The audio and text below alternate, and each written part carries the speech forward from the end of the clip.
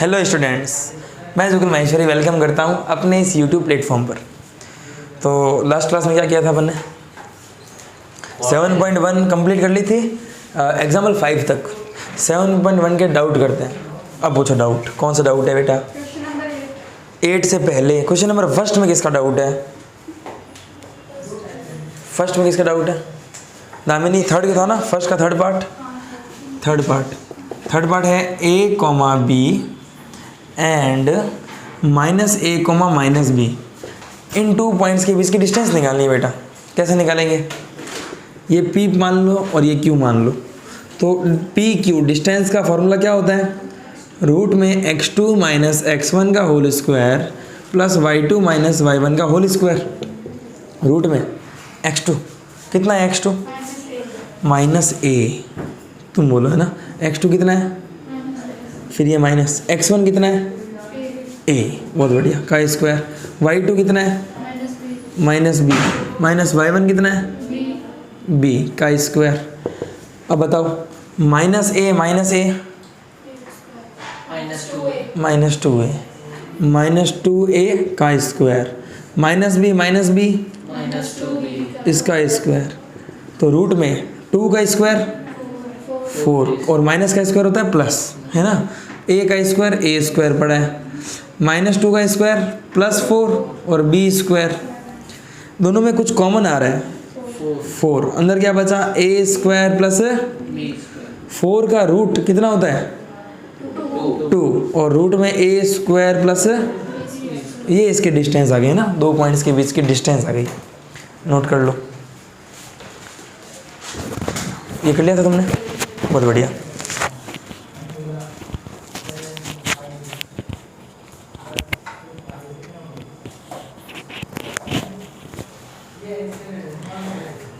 ये note down कर लो, कोई दिक्कत नहीं है।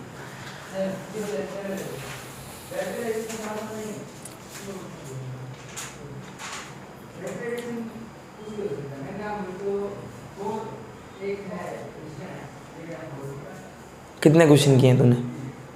कितने किए हैं 7.1 के? हाथ ही नहीं लगाए। तुमने तो पूरा कंप्लीट कर लिया एक बार, तो जो डाउट है वो बचा है। तेने कंप्लीट 7.1 रफ में किए क्या? रफ में सारी कर दी एक बार? जो मुश्किल लग रहा है वो ऐसे ही कर दी, ट्राई करके। चल मिटा दूँ? नेक्स्ट डाउट क्या है, पूछो। 8th, चलो 8th नंबर करते हैं। 8th क्वेश्चन नंबर 8 डाउट है। बाकी के पीछे आंसर चेक कर लिए, सही आ रहे हैं ना? ठीक है। क्वेश्चन नंबर 8 क्या है? Find the values of y, find the values of y, find the values of y for which the distance between, for which the distance between, for which the distance between points 2, -3, points P2, -3 and Q 10, y is 10 units, 10, y is 10 units। देखो question बोल क्या रहा है वो समझ में आना चाहिए। क्वेश्चन क्या बोल रहा है Tanuja? Find the values of y for which the distance between this and this is 10 units. ये कह रहा है P और Q जो भी पॉइंट है, P और Q जो भी पॉइंट है उनके बीच की जो डिस्टेंस है वो कितने यूनिट है? 10 यूनिट है। P पॉइंट क्या है? 2, -3। Q पॉइंट क्या है? 10, y।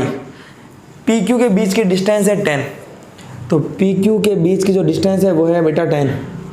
अब PQ निकालते कैसे वो बता दो। PQ निकालते कैसे? रूट में x2 माइनस, तो 10 - 2 का स्क्वायर प्लस y2 कितना है? y माइनस y1 कितना है? -3 इसका स्क्वायर, तो x2 माइनस x1 का स्क्वायर प्लस y2 है y माइनस 3 का स्क्वायर इक्वल टू 10। देखो इधर रूट है, इधर 10 है। क्या करने का मन कर रहा है? बोथ साइड स्क्वायर करने का मन करता है, अपने आप करता है ना। तो बोथ साइड स्क्वायर, जैसे ही बोथ साइड स्क्वायर किया, स्क्वायर से रूट कट गया, ये क्या बचेगा? 10 - 2 8 का स्क्वायर और माइनस वाई प्लस 3 का स्क्वायर इक्वल टू 10 का स्क्वायर, बोथ साइड स्क्वायर किया था मैंने। अब देखो भाई 8 का स्क्वायर कितना होता है, प्लस 64 उधर गया तो y प्लस 3 का square equal to 100 minus 64, 100 minus 64, y plus 3 का स्क्वायर कितना आएगा बेटा 36, घटा सकते हो। चलो अब तनुजा या इशिता दोनों में से कोई एक आंसर बताएगा। y प्लस 3 स्क्वायर उधर गया तो कितना होगा, और रूट 36 कितना आएगा, प्लस माइनस 6 आएगा। कह रहे हैं ना, जब भी इक्वेशन में तुम लोग रूट करो तो हमेशा प्लस और माइनस के साथ करना। सर इसमें वो ना आइडेंटिटी लगा सकते हैं क्या? कौन सी आइडेंटिटी, ए प्लस बी का स्क्वायर वाली, हाँ लगा सकते हैं, उससे भी आंसर आएगा, पर इससे जल्दी हो जाएगा है ना। अब देखो देखो इससे जल्दी हो जाएगा।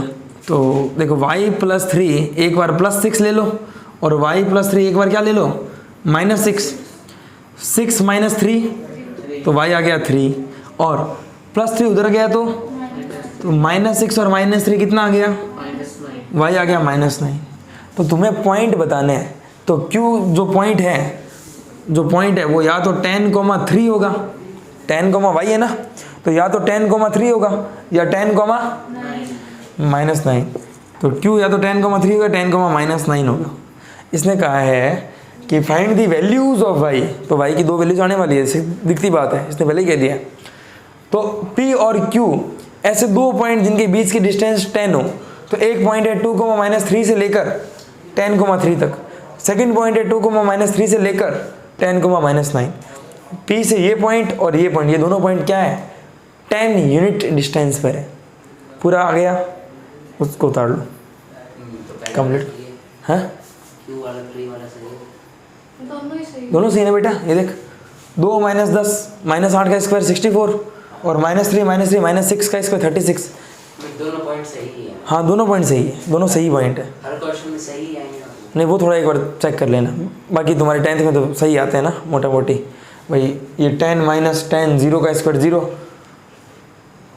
और y 2 माइनस 10 8 है, और माइनस 3 प्लस 9 6 है, 36 ये भी होगा। इन दोनों के बीच भी रूट में 100 है, इन दोनों के बीच भी रूट में 100 है, यानी 10। ऐसे क्वेश्चन आएंगे लेकिन है ना, ऐसे ही आने वाले हैं पेपर में, ये इस टाइप के क्वेश्चन। कभी बोल देगा पॉइंट x एक्सिस पे है तो x अक्ष पे y 0 तो x, 0। कभी बोल देगा पॉइंट y एक्सिस पे है तो y अक्ष पे x 0 तो 0, y, ऐसे करके करना पड़ेगा। और कोई डाउट है? सर जो 6th का थर्ड है, 6th का थर्ड उसमें रेक्टेंगल भी बन रहा है, पर पीछे से पैरेललोग्राम दे रखा है ना। रेक्टेंगल बन रहा है, पीछे पैरेललोग्राम दे रखा है, तो रेक्टेंगल में रेक्टेंगल तो पैरेललोग्राम होता ही है। नहीं, तूने निकाला क्या क्या है? रेक्टेंगल ही निकलेगा। रेक्टेंगल आमने सामने साइड इक्वल होती है, हाँ। और डायगोनल्स डायगोनल इक्वल होते हैं। निकाला तूने पूरा कंप्लीट, पूरा रेक्टेंगल बन रहा है। डायगोनल नहीं निकाली है, साइड तो इक्वल होती है। तो डायगोनल इक्वल नहीं है, इसका मतलब पैरेललोग्राम है। पैरेललोग्राम में क्या है, आमने सामने वाली side equal but diagonal not equal, तो ज़रूर डायगोनल नॉट इक्वल आ रहे होंगे इसके, इसलिए पैरेललोग्राम है, नहीं तो रेक्टेंगल होता है ना। डायगोनल इक्वल आ गए तो रेक्टेंगल, डायगोनल इक्वल नहीं है तो पैरेललोग्राम। सर ऐसे हर केस में चेक करना पड़ेगा। तूने रेक्टेंगल, तूने मतलब रेक्टेंगल लिखा था फिर गलत है, फिर उसमें डायगोनल इक्वल ही नहीं आ रहे, फिर भी तूने लिख दिया ये रेक्टेंगल है, तो फिर रॉन्ग हो गया क्वेश्चन। बोलो। इक्वल आ रहे हो और पैरेललोग्राम लिख दिया तो सही, पैरेललोग्राम तो है ही। तो पैरेललोग्राम में डायगोनल इक्वल नहीं होते, और तू कह रहा इक्वल आ ही रहे, तो लिख सकते हैं। रेक्टेंगल है। प्रॉपर लिखना पड़ेगा, 4 ही तो चीज़ें हैं, पैरेललोग्राम, रेक्टेंगल, रोम्बस और स्क्वायर, ये 4 ही पूछते हैं। तो पैरेललोग्राम और रेक्टेंगल एक समान है, बस डायगोनल उसमें बराबर नहीं है, रेक्टेंगल में इक्वल है। वैसे स्क्वायर और रोम्बस, स्क्वायर में डायगोनल इक्वल है, रोम्बस में इक्वल नहीं है, बाकी सब सेम प्रॉपर्टी है, दोनों की चारों साइड्स इक्वल होगी। नेक्स्ट डाउट पूछो तनुजा और दामिनी। 6 नंबर, हाँ पूरा, ये कौन सा 6 का कोई पार्ट है या पूरा ही डाउट है? फिर हिला दिया देखो सर, फिर हिला दिया और इसी ने हिलाया है।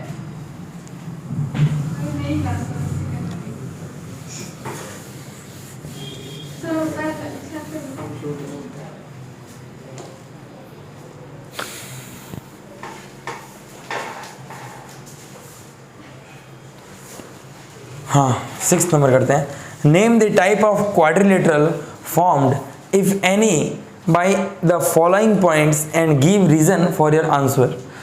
पूछ रहा है भाई फर्स्ट क्वेश्चन 6 का, -1, -2, 1, 0, -1, -2 एंड -3, 0। पूछ रहा है भाई ये कौन सा क्वाड्रिलेटरल है। अब जो भी क्वाड्रिलेटरल है उसका नाम भी बता दो, तो इनको अरेंज कर लो ना। मान लो कि कुछ भी एक बार कोई भी क्वाड्रिलेटर बना लो जिसकी ना 4 साइडें हो, है ना। तो मैंने कोई भी क्वाड्रिलेटर बना लिया जिसकी 4 साइडें हैं। अब नेम दे देंगे बाद में। एक बार इसको मान लो, ये ए पॉइंट है -1, -2, बी पॉइंट है 1, 0, सी पॉइंट है -1, 2 और डी पॉइंट क्या है -3, 0। ए बी निकालनी है, तो ए बी क्या आएगी, रूट में x2 - x1 का स्क्वायर प्लस y2 - y1 का स्क्वायर। x2 कितना है 1 माइनस x1 कितना है -1 इसका स्क्वायर प्लस y2 कितना है 0 माइनस y1 कितना है -2 इसका स्क्वायर। ठीक है क्या, बताओ भाई। माइनस माइनस 1 + 1 2 का स्क्वायर और माइनस माइनस प्लस 2 का स्क्वायर। चलो मैं लिख देता हूँ ताकि डाउट नहीं आए तुम्हें। 1 + 1 का स्क्वायर प्लस 0 + 2 2 का स्क्वायर। तो 2 का स्क्वायर 4 + 4 कितना आ गया √8। √8 को लिख सकता हूँ मैं रूट में 4 × 2 और √4 कितना होता है 2√2 आ गया। ए बी 2√2 आ गया। वैसे BC निकाल रहा हूँ मैं। BC भी क्या होगा, रूट के अंदर -1 का स्क्वायर प्लस 2 - 0 का स्क्वायर, -1 -2 का स्क्वायर 4 2 का स्क्वायर अगेन √8 आ गया, अगेन 2√2। वैसे ही CD निकाल लो। CD क्या होगा, रूट में -3 - -1 x2 - x1 का स्क्वायर प्लस y2 कितना है 0 माइनस y1 है 2 0 - 2 का स्क्वायर। समझ में आ रहा है, माइनस माइनस प्लस -3 + 1 कितना -3 + 1 का स्क्वायर है और -2 का स्क्वायर है 4 -3 + 1 -2 का स्क्वायर 4 और 4 8 अगेन 2√2। लास्ट बचा DA क्या होगा, रूट के अंदर x2 - x1 तो -1 माइनस x2 - x1 -3 का स्क्वायर प्लस -2 - 0 का स्क्वायर y2 - y1 तो -1 + 3 का स्क्वायर प्लस 2 का स्क्वायर 3 - 1 2 का स्क्वायर 4 और 4 8 अगेन √8 2√2। चारों साइडें इक्वल है। दो चीज़ें पॉसिबल है, या तो ये स्क्वायर है या ये रोम्बस है, वो पता चलेगा इसके डायगोनल से। अब अगर AC और BD इक्वल आ जाए तो स्क्वायर है और इक्वल नहीं आए तो रोम्बस है। AC निकाल रहा हूँ, AC रूट के अंदर -1 x2 माइनस फॉर्मूले का x2 - x1 है -1 का स्क्वायर प्लस y2 कितना है 2 -2 का स्क्वायर। तो AC कितना आएगा, रूट में -1 - +1 +1 -1 प्लस का स्क्वायर और -+ 2 + 2 4। ये तो 0 हो गया, 1 - 1 0 और ये है 2 + 2 4। AC = 4 का स्क्वायर से रूट, तो AC कितना आ गया 4। AC निकाल लिया। वैसे क्या निकाल रहा हूँ मैं, BD क्या होगा, रूट के अंदर BD x2 - x1 x2 है -3 -x1 है -1 तो -3 - 1 का स्क्वायर प्लस y2 कितना है 0 -0 का स्क्वायर तो -3 - 1 -4 का स्क्वायर 16 और 16 का रूट कितना होगा अगेन 4। डायगोनल भी इक्वल आ गए तो लिखना है कि since AB = BC = CD = DA and and diagonal AC equal to BD, hence it is a, ऐसे करना पड़ेगा स्क्वायर। अब तुम्हें जो चीज़ पता नहीं है वो देख लिख लो, स्क्वायर होता क्या है और रोमबस क्या होता है। चलो पहले इसको उतार लो, फिर लिखा देता हूँ एक साथ, उनको याद कर लेना ताकि तुम्हें पता रहे कि स्क्वायर निकल रहा है रोमबस। क्या हुआ?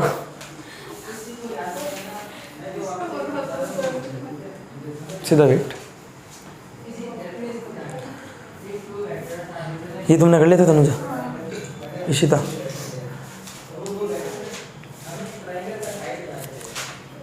देखो स्कूल के जो पेपर हो रहे हैं उसमें नंबर आने चाहिए बढ़िया, है ना। उसके लिए तुम्हारे जो भी डाउट है वो पूछती रहना, जो भी है। और तुम्हारे पेपर अब नेक्स्ट मंथ है ही, इस बार हमारा 40 ही हो रहा है। 40 का है। और ना ब्लूप्रिंट भी आ गई, मैथ्स का तो नहीं है, साइंस का तो ब्लूप्रिंट बहुत मैं फिर से बता रहा हूँ, पढ़ने का तरीका तुम्हारा क्या होना चाहिए इसमें। 8.4 पे लगी हुई थी, वो भी नहीं हुई। नहीं अच्छी बात है, तुम लगी हुई थी, बहुत बढ़िया बात है। हाँ मंडे को पेपर है साइंस सर, 3 को ले लेना। मेरी बात सुनो, है ना, तुम्हारी ये जो भी दिक्कत है ना, ये एक चीज़ से सॉल्व होगी, पढ़ने का तरीका चेंज करना पड़ेगा तुम्हें, है ना। तो वो तुम्हारे अकेले की नहीं बज रही तनुजा, जितने भी बच्चे हैं उनके पास भी 24 घंटे हैं और तुम्हारे पास भी 24 घंटे हैं। ये इनकी बात नहीं कर रहा, जो तुम्हारी स्कूल है ना उसमें से कोई तो बच्चा होगा ना जो फुल आउट ऑफ फुल लाएगा, कोई तो बच्चा होगा, कोई तो होगा ना जो फुल आउट ऑफ फुल लाएगा नंबर। तो 10th में कोई कोचिंग नहीं कर रहा, ऐसा हो ही नहीं सकता। 2-3 बच्चे कर रहे हैं हमारी क्लास में, 70 बच्चों में से 70 या 40 है। गलत बात है, तुम ऐसे ही वो कह रहे हैं, ऐसे ही कह रहे हैं। पढ़ते सब कुछ है, दिखाते नहीं कि हम पढ़ रहे हैं, मेरा रूल। तुम दुनिया में रहो, बहुत भोली हो, सब जाते हैं कोचिंग, तुमने देखा है कि नहीं जाते? उनके घर पे बैठी हो गए तुम।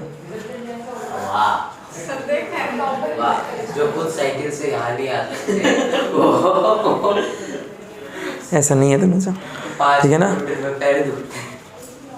सबके पास समय बहुत कम है, सबके पास 24 घंटे ही हैं, सबके पास 24 घंटे ही है, सबके पास टाइम लिमिटेड है। तुम्हें अपने टाइम को मैनेज करना होगा। कोर्स कंप्लीट हो गया, चलो फिर तो हमें याद ही करना होता है क्या कोर्स कंप्लीट हो गया। कोर्स ही कंप्लीट नहीं हुआ, खुद ही कोर्स कंप्लीट करें YouTube से देख के सर।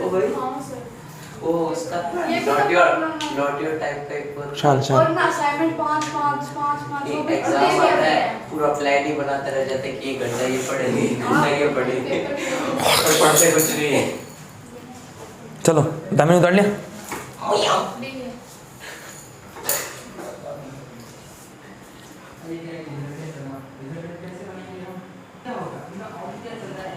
हाँ भाई, नेक्स्ट क्वेश्चन क्या है? उतार लिया क्या?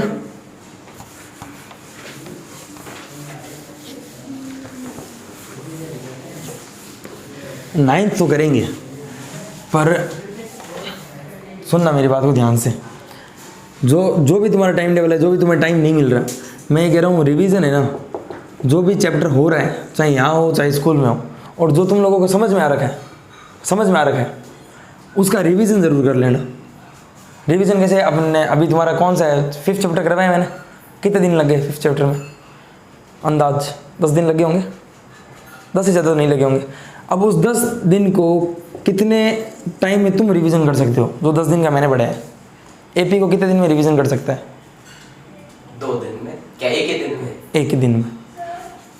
चलो एक दिन माना तुम्हें, एक दिन रिवीजन करने लगा। एक दिन में कितने घंटे? 6 घंटे चाहिए, 10 घंटे चाहिए है? एनसीईआरटी में जो उसके 4 घंटे का 4 घंटे। चलो 4 घंटे में तो रिवीजन कर सकता है। अब हाँ, सिर्फ AP कह रहा हूँ। मान लो तुमने AP सिर्फ रिवीजन कर ली 4 ओवर में, कंप्लीट AP रिवीजन कर दी। वो दिन मान लो आज गई है कि तुमने 4 घंटे AP रिवीजन कर ली, तो अब कल AP को रिवीजन करने में कितना टाइम लगने वाला? बहुत कम, आधा घंटा, किसी को 15 मिनट, किसी को आधा घंटा, किसी को 1 घंटा। तो तुमने उस 10 दिन को 4 दिन में कन्वर्ट कर लिया। मतलब मैंने जो क्लास की मेहनत कराई वो 10 दिन की अपने, 10-12 दिन की, उसको तुमने कन्वर्ट कर लिया 4 घंटों में। अब इसको इतना फिर से रिवीजन किया, इसको तुमने आधे घंटे में कन्वर्ट कर लिया। एक बार और रिवीजन कर लो, इसको तुम 15 से 20 मिनट का कन्वर्ट कर लो कि हम 10th क्लास की AP है उसको 15-20 मिनट में रिवीजन कर सकते हैं, और उसका भले कोई क्वेश्चन दे दो किताब का, हम कर सकते हैं। तो एक चीज़ को तुमने 15-20 मिनट में ला के रख दिया, एक ऐसी चीज़ जिसको तुम्हें 10-12 दिन लगे उसको तुमने 15-20 मिनट में ला के रख दिया। अब इस 15-20 मिनट को वापस है ना टाइम बढ़ने मत देना। इसका मतलब इसी 15-20 मिनट वाले AP को तुम फिर से हर 3 या 4 दिन में रिवीजन दे दो, 15 मिनट दिन में कैसे निकाल के दे दो, 15 दिन में कैसे निकाल के दे दो, तो AP तुम्हारी स्ट्रॉन्ग ही पड़ी है। वैसे ही क्वालिटी की क्वेश्चन स्ट्रॉन्ग कर ली, वैसे ही चैप्टर 3 स्ट्रॉन्ग कर लिया, चैप्टर 2 कर लिया, चैप्टर 1 कर लिया, तो चैप्टर की क्या है तुम्हारी, क्या है जैसे बुक सजती है वैसे चैप्टर सज जाएंगे तुम्हारे दिमाग में कि हमें आता है। नहीं तो अभी चैप्टर 5 का टेस्ट ले रहा हूँ, जिसे चैप्टर 1 भूल जाओगे। अभी स्कूल में 6 और 7 का हो रहा है, और फिर उसके बाद स्कूल में 10th का होगा, जिसे चैप्टर 6-7 भूल जाओगे। इसलिए चैप्टर पुराने वाले भूलते जाओगे, नए वाले करते जाओगे, तो सब बिखरा बिखरा रहेगा। तो चैप्टर को सजाना सीखो, इसका मतलब रिवीजन करना सीखो। यही बात अभी 9th में बताई थी, उनके भी यही दिक्कत हो रही है। बोल क्या डाउट है इसमें? और इसी चीज़ का हमें हर सब्जेक्ट में हर सब्जेक्ट में है, तो अब मतलब 15-15 मिनट निकाल सकते हो ना हर सब्जेक्ट के लिए। नहीं तो सब कुछ एक होता है कि सब कुछ बिखरा हुआ रहे, एक है कि तुमने आधा समेट लिया, तो सब कुछ से तो आधा समेटा हुआ अच्छा है ना, कम से कम ये तो अच्छा है। जो आपने बोला ना 15-20 मिनट पे आ गए, 15-20 मिनट से पहले 4 घंटे आते हैं हर सब्जेक्ट। ये तो देना पड़ेगा ना, देना पड़ेगा ये तो। अब वो 4 घंटे तुम्हारी वजह से है। जिस दिन मैंने 5 मिनट एक कराई है उसी दिन घर जाके रिवीजन कर लिया, और उसी AP को रोज 5-5 मिनट 2-2 मिनट 2.5 मिनट देते रहो। ये सब तो हो जाएगा, SST है मेन। अब SST का देखेंगे, पढ़ने का यही तरीका है, और जो भी टॉपर्स हुए हैं वो इसी तरीके को फॉलो करके हुए हैं। फिर भी तुमने अपनी मर्जी की और अपना तरीका लगाया। यार मैं जो बातें कह रहा हूँ वो एक्सपीरियंस से कह रहा हूँ, फिर भी तुमने अपने मन की कर ली, बाई चांस नंबर गिरेंगे और गिरते भी है ना। ये रिवीजन वाला रूल और जो मैंने 5 क्वेश्चन दिया वो वाला रूल, ये बहुत कारगर तरीका है, और बच्चों ने इसी से फोड़ा है। 20 मिनट वाला पक्का सही है ना? उस टॉपिक को तो 15-20 मिनट लिया, और रिवीजन करते करते ऐसा होगा ना वो 20 मिनट में नहीं रहेगा, वो 5 मिनट में आ जाएगा ना, वो परमानेंट मेमोरी में चला जाएगा, फिर तो रिवीजन की जरूरत नहीं होगी।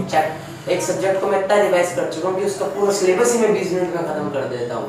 तो सारे सब्जेक्ट का मैंने ऐसे कर लिया, 6 सब्जेक्ट होते हैं, 6 सब्जेक्ट का मैंने 1-2 घंटे में सारा खत्म, 4-6 घंटे पढ़ने की जरूरत ही नहीं। ये बेटा फरवरी तक तू इस लेवल तक पहुंचेगा कि सारे सब्जेक्ट तूने एक दिन में खत्म कर दी। फरवरी मतलब पेपर से पहले ये सब जर्नी है, जो ये 4-5 महीने की जर्नी है, ये कवर करनी होती है, सीधा एक दिन में थोड़ी होता। NCERT से तुम है ना। अगला क्वेश्चन क्या है? 9th नंबर है क्या? Question number 9th, question number 9th क्या है? If Q 0,1, if Q 0,1 is equidistant from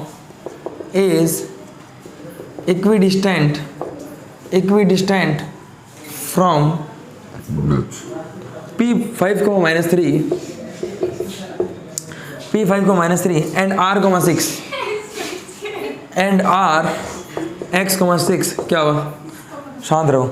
R(x,6) find the values of x। इस बार देखो वही क्वेश्चन है same, find values of x, also find the distance QR and BR, also find QR and PR। अब तुम्हें QR और PR और निकालना भाई, तो क्वेश्चन को थोड़ा समझो। If Q 0,1 is equidistant from P and Q, P and R है ना। ये जो Q है वो इक्विडिस्टेंट है। इक्विडिस्टेंट का मतलब बता रखा है मैंने पहले ही, इक्वल डिस्टेंस पर है। कौन? Q, किन दोनों से? P से और Q से, R से। तो मान लो P है 5,-3, इससे Q की डिस्टेंस, और R है कितना? x,6, इससे भी Q की डिस्टेंस। ये डिस्टेंस और ये डिस्टेंस इक्वल है। Q is equidistant from P and R।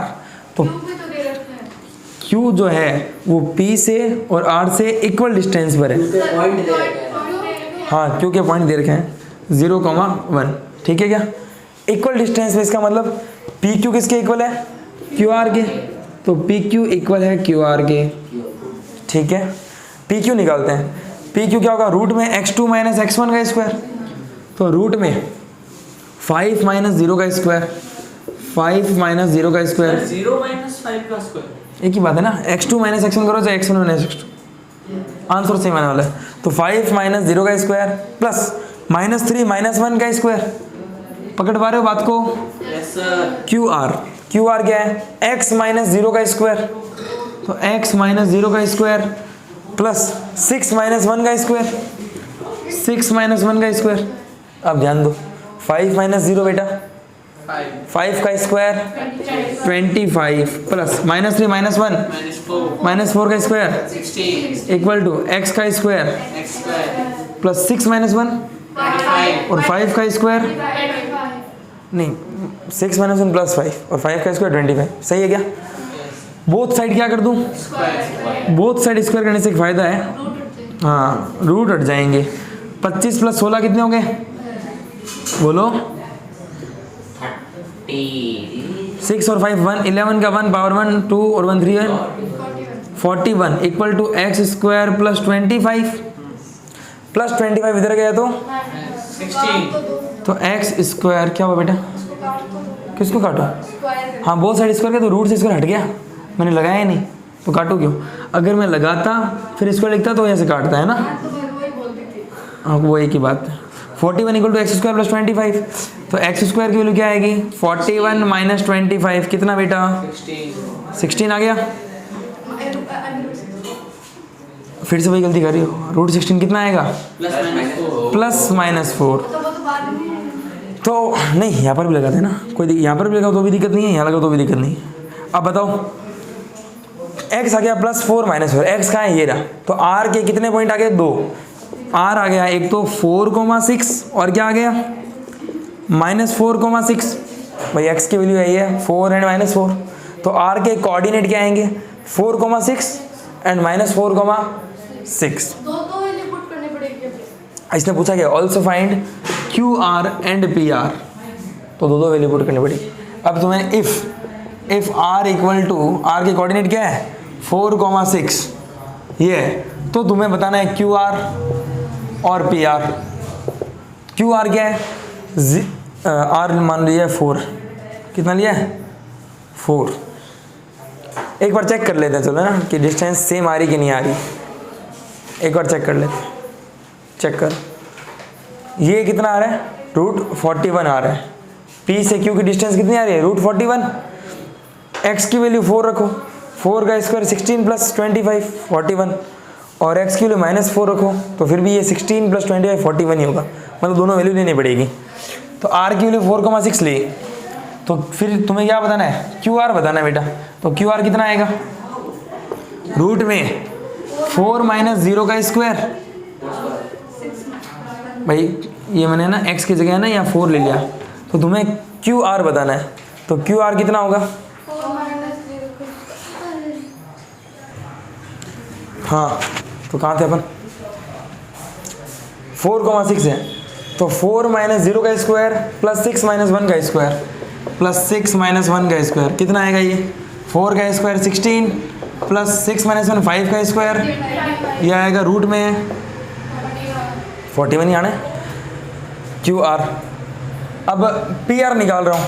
P R कितना आएगा? पी आर पूछा है, ओ पी आर ये वाली चीज़ पूछी है, ठीक है ना बेटा? पी आर, तो फिर से देखो क्वेश्चन में लिखा हुआ है Q R and P R, तो क्यू आर तो निकाल दिया, अब पी आर निकालना है।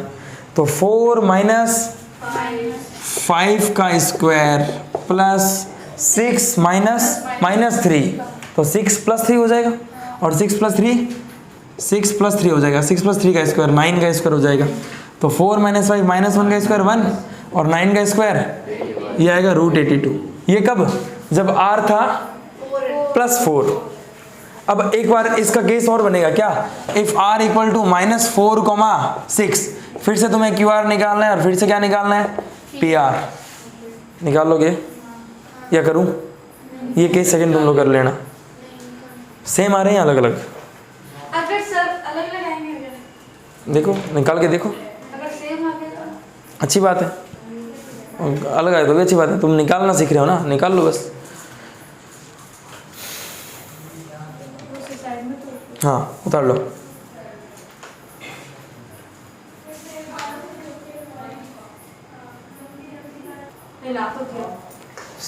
करते हैं नेक्स्ट।